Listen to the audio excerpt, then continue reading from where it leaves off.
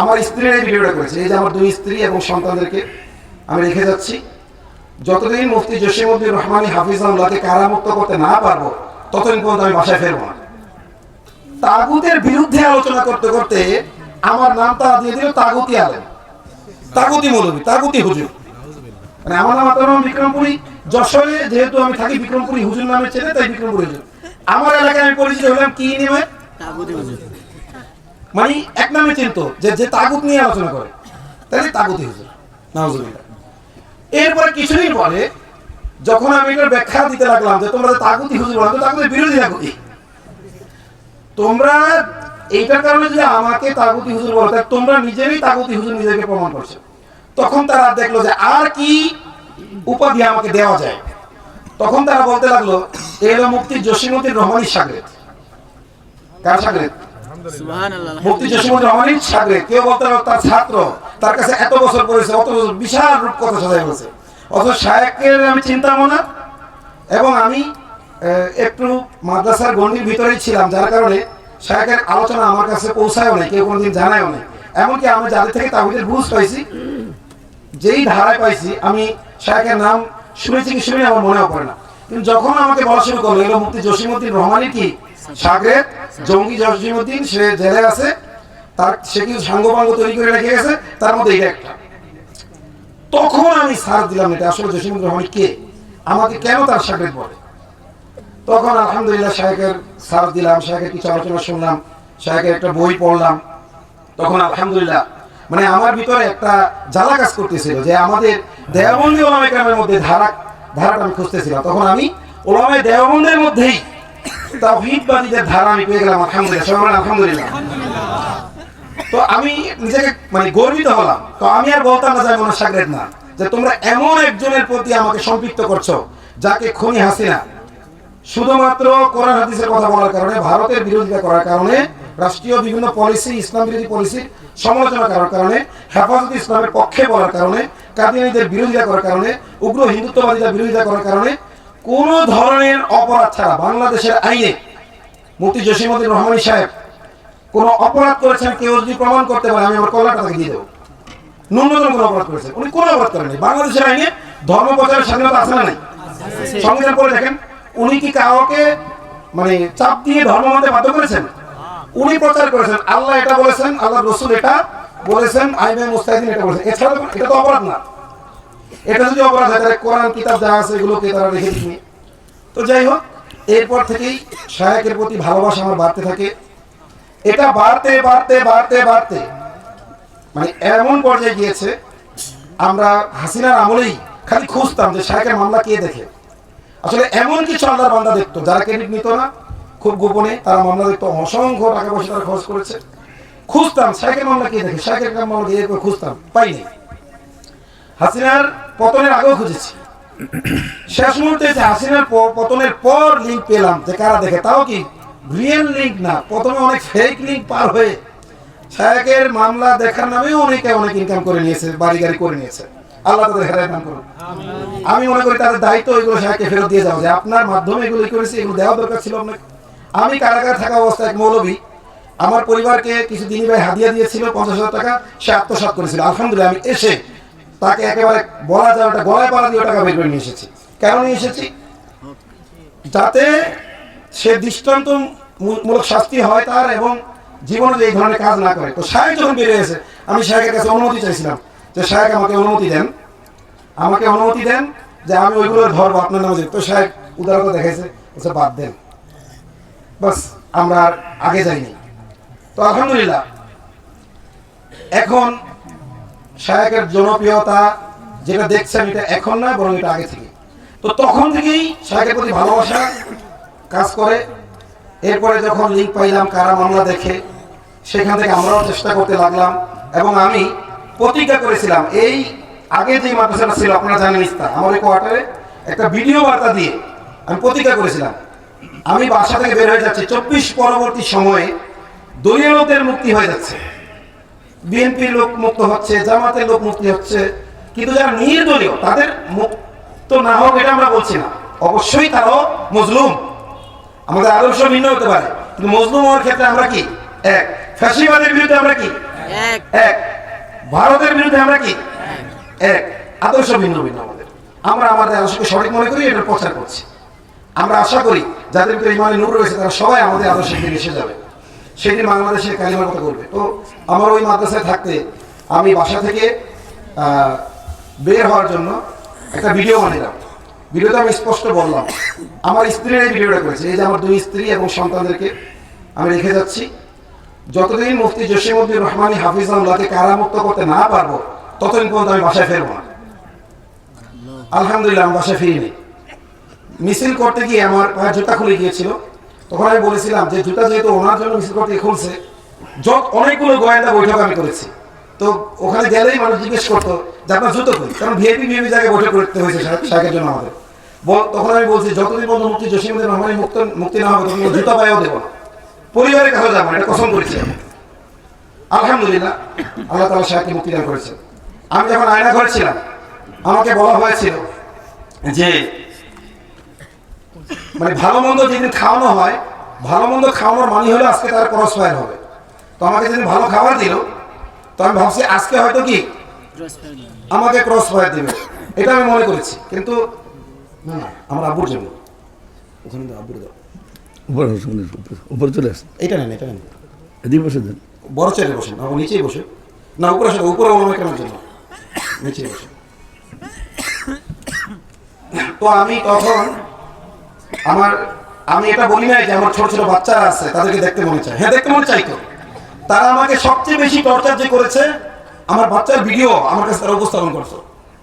আমার ফুলের মতো বাচ্চাদেরকে বলতে, এত সুন্দর বাচ্চা, তোমাকে যখন ক্রস ফায়ার দেওয়া হয় তাহলে কি হবে এদের, তুমি একটু অমুক তমুকের নাম বলে দাও যে তারা তোমাকে বলে। আমি বলছি না, মিথ্যা কথা বলতে পারবো না। কোরআন হাদিস পড়েছি, বুঝেছি।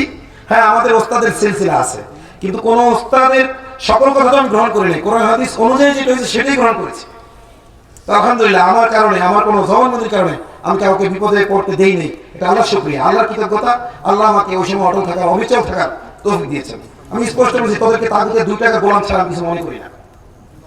তো আমাকে যেদিন ভালো মন্দ খাবার দেওয়া হইলো সেটা ছিল মূলত মজিবর্ষের খাবার। এখন আমি কিন্তু মজিবর্ষের বিরুদ্ধে বক্তব্য দেওয়ার কারণে আমাকে আয়না করে নিয়েছিল, তাই না? আপনারা জানেন মজিবর্ষের বিরুদ্ধে বক্তব্য, যে এটা হলো গজব বর্ষ। পরে গজব বর্ষ হয়েছে কিনা, করোনা এমন এক জানালা যাতে ভবিষ্যৎ পৃথিবী দেখা যায়। আমরা বলেছিলাম যে হাসিনা মজিবর্ষের নামে 294টা প্রোগ্রাম যদি বাস্তবায়ন করতে পারে, কুফর শিরক থেকে নিয়ে অশ্লীলতা এমন কিছু বাকি নাই যে এখানে নাই, সুতরাং এটা মজিব বর্ষ হলো কি বর্ষ? তখনও করোনা আসে নাই যখন আমরা গজব বর্ষ বলেছিলাম, কিন্তু পরে গজব এসেছিল কিনা, করোনার গজব এসেছিল। তারা বলেছিল করোনা থেকে শক্তিশালী, তাদের শক্তি দেখা গেছে, তারা পালিয়ে গেছে। আল্লাহ তাআলা তাদেরকে যে যেখানে গেছে ওইখানে তার মৃত্যু ঘটাক, বাংলার জমিনে যেন তাদের প্রত্যাবর্তন না হয়। হ্যাঁ, খুনি হাসিনার প্রত্যাবর্তন হোক, তার ফাঁসিটা একটা আইকনিক, লেডি ফেরাউনের ফাঁসি হোক, এটা আমরা চাই। তার মৃত্যুদণ্ড বাংলাদেশে কার্যকর হোক, সবাই বলেন আমিন।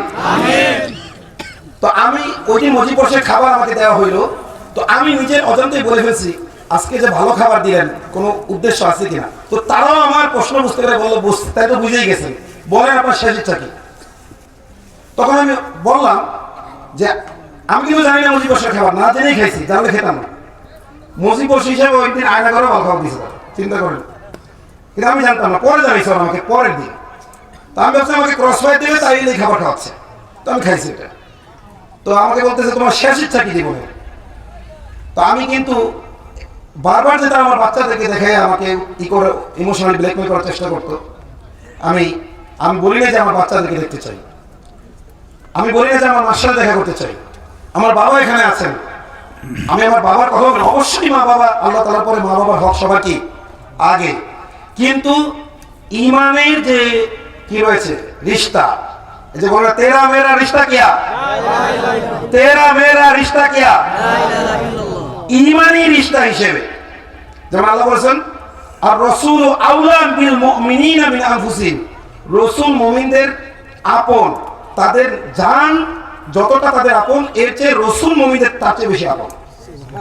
তাহলে রাসূলের প্রকৃত ওয়ারিসটা ওই জামানায় আমাদের কত বেশি আপন।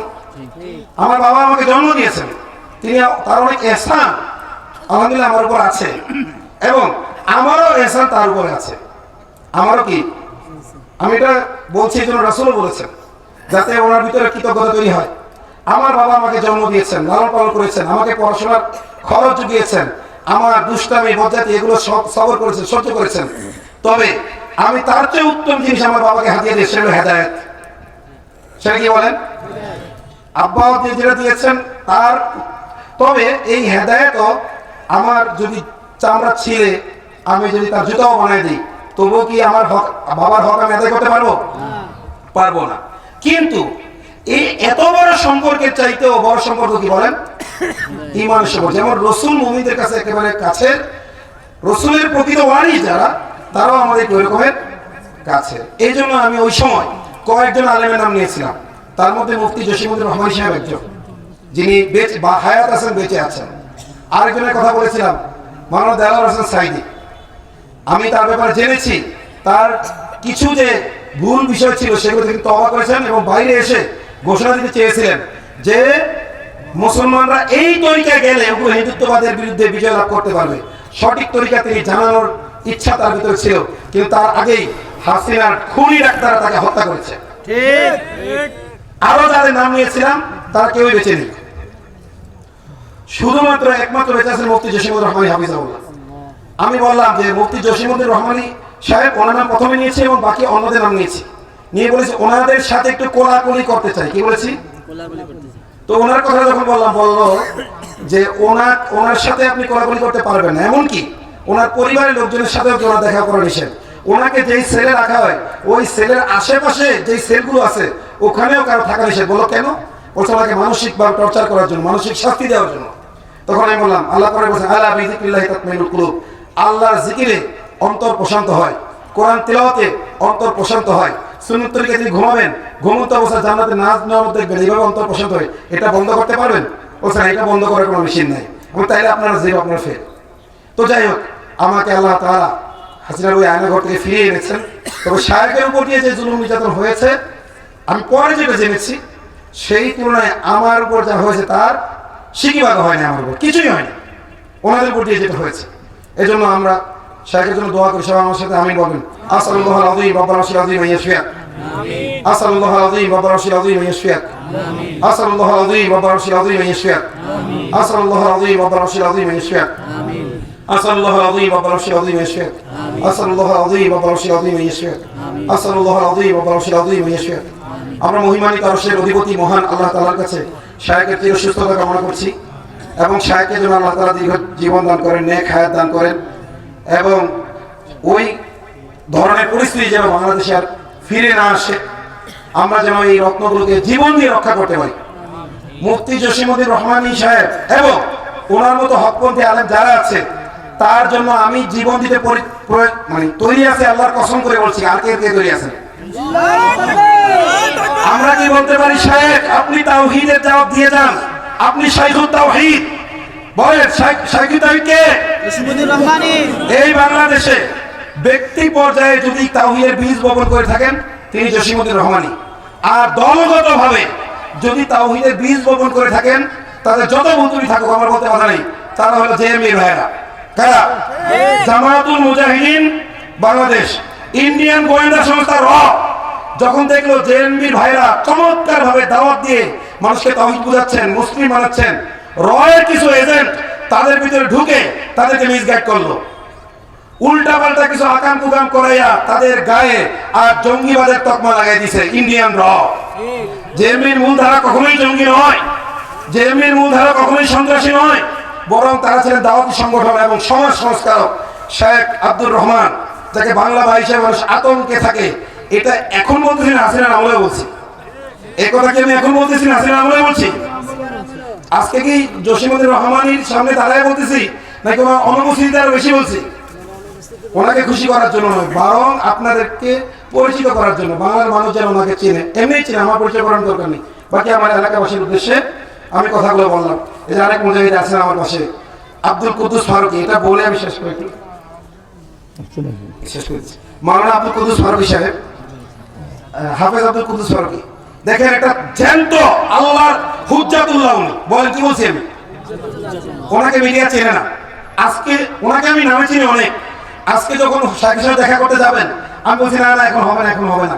পরে আরেক ভাই যখন পরিচয় দিলেন, মাওলানা মুতাসিমুল্লাহ মামা, উনি পরিচয় করে দেওয়ার পরে আমি আল্লাহু আকবার বলে উঠছি। শোনেন, ওনার ভাই আমার ওস্তাদ মাওলানা আব্দুল রশিদ সাহেব, তাই তো দোয়ারটানা মাদ্রাসার আঞ্জুমানের দায়িত্বে ছিলেন। আমি হুজুরের খুব ঘনিষ্ঠ ছিলাম, দোয়ারটানার ছাত্র আমি। হুজুর এবং আমি একই সাথে বিভাগের পরীক্ষা গার্ড ছিলাম বাকরা মাদ্রাসায়, হুজুরের খেদমত করতেছিলাম আমি। হুজুর আমাকে বলে, আতাউর তুমি তো আমার ভাই আব্দুল কুদ্দুসের মতো, ওর জীবনটা গেল জেলে জেলে, তোমারও ওই অবস্থা হবে। বিয়ে করছো, পোলাপান আছে, দিনের কথা বলো, এত পাবলিকলি বলতে যাবে না, যার ভিতরে ইমানে নূর আছে তাকে পার্সোনালি বলো। এবং উনিও বলেছেন এই যে জসিমউদ্দিন রহমানী, তার সাথেও তোমার কথা মিলে। তখন আমি বলি, সাহেব এটা প্রকাশ্যে কেন বলেন না, গোপনে কেন বলেন? কথা কি বোঝেননি? ডক্টর জাকির নাকি? আমি আব্দুর রশিদ রহমতুল্লাহের কথা বলছি, দোয়ারটানা মাদ্রাসার মুহাদ্দিস, তিনি ইন্তেকাল করেছেন, তার ভাই আমার পাশে দাঁড়িয়েছেন। ওনাকে দেখে আমার মনে পড়ে গেল সে কথা। বাকরা মাদ্রাসার পরীক্ষা ঘাটছিলাম, উনি বললেন ডক্টর জাকির নায়কের চাইতেও আমি আলেম হিসেবে মুফতি জসিমউদ্দিন রহমানীর ইলমের গভীরতা বেশি মনে করি। কারণ তার স্ক্রিপ্ট লিখে দেওয়ার অনেক লোক আছে ইন্টারন্যাশনাল ভাবে, কিন্তু তার আসবাব অনেক কম। তিনি যদি জাকির নায়কের মতো আসবাব পাইতেন তাহলে তিনি আরো বেশি চমকাইতে পারতেন। এটা কে বলেছেন? দোয়ারটানা মাদ্রাসার মুহাদ্দিস আব্দুর রশিদ সাহেব। তখন বললাম, এবং উনি আরেকটা কথা বলেছেন যে আমি যেই বিষয়ে মোতালা করতে চাই আগে রহমানী সাহেবের আলোচনাটা শুনি, শোনার পরে আমার মোতালা করা সহজ হয়ে যায়।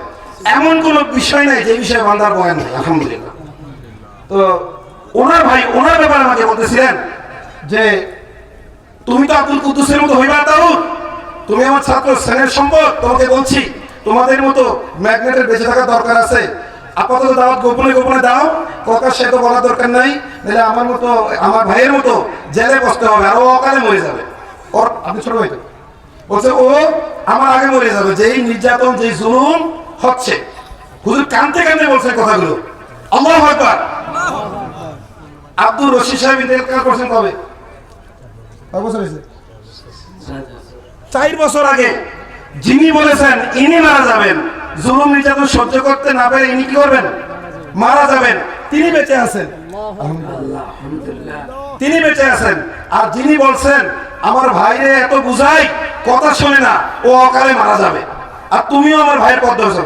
তো যিনি আমাদের হিতাকাঙ্ক্ষী হয়ে বলেছিলেন অকালে মারা যাবে, তিনি ইন্তেকাল করেছেন আগে। আমরা এখনো বেঁচে আছি, আমরা এখনো আলহামদুলিল্লাহ বেঁচে আছি। আল্লাহ তাকে জান্নাত নসিব করেন, তার ভুল ত্রুটি ক্ষমা করেন।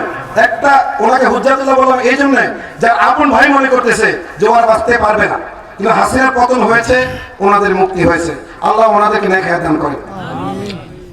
তো আমি আর কথাকে লম্বা করবো না, একটাই বুঝেছিলাম, সাহসিকতা হায়াতকে কমায় না, আর কাপুরুষতা হায়াতকে বাড়ায় না। এর দুইটা প্রমাণ আমার দুই পাশে উপস্থিত। ঠিক, দুইটা প্রমাণ দুই পাশে উপস্থিত। অনেকে 1 বছর জেল খাইটা একেবারে বুড়া হয়ে জেল থেকে বাইরেছে, আর শায়েকের এত বয়স হওয়া সত্ত্বেও এখন কি মনে হয় টাকা জোয়ার না?